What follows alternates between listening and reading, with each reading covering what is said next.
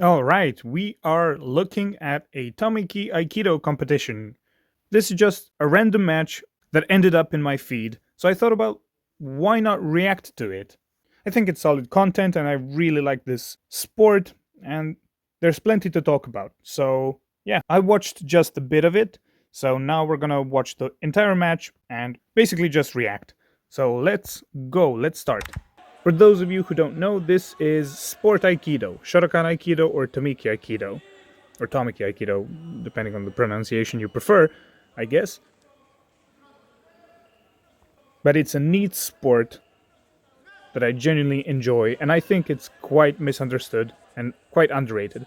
First thing, look at that. That's a beautiful shomenate. That was great. This is where I essentially paused the match and decided to react to it. So first thing I want to draw your attention to is look at the size difference between two guys. So, he went for another Shamanate, but it didn't work this time. Not gonna happen twice, but maybe it can play off of some expectations from that. So, we'll see how that goes.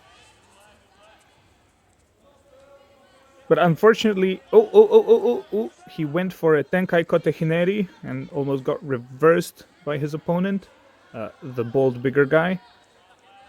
But neither went through with it, so. Went for another Shamanate, didn't work again. Let's see. There was some wrist control, potentially something there as well. Another Tenkai Kote Hineri attempt. Let's see what happens. Wonderful Sumiotoshi. That's a great technique. Nice. That was wonderful, actually. That's great. Wow, okay, so far we got a clean Shamanate and a clean Sumiotoshi. Both really solid techniques.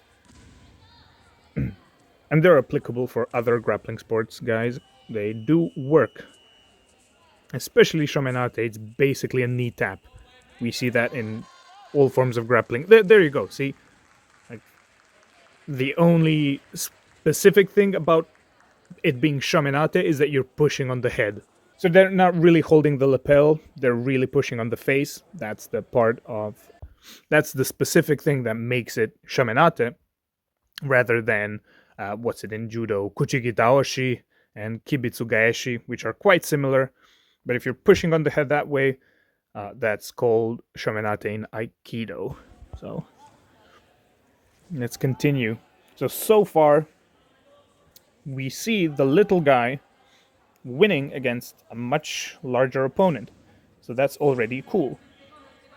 And we got some talky stuff. I might skip this part if it's like judges discussing stuff. All right, they're continuing, I think. Let's see how this goes. All right, we continue.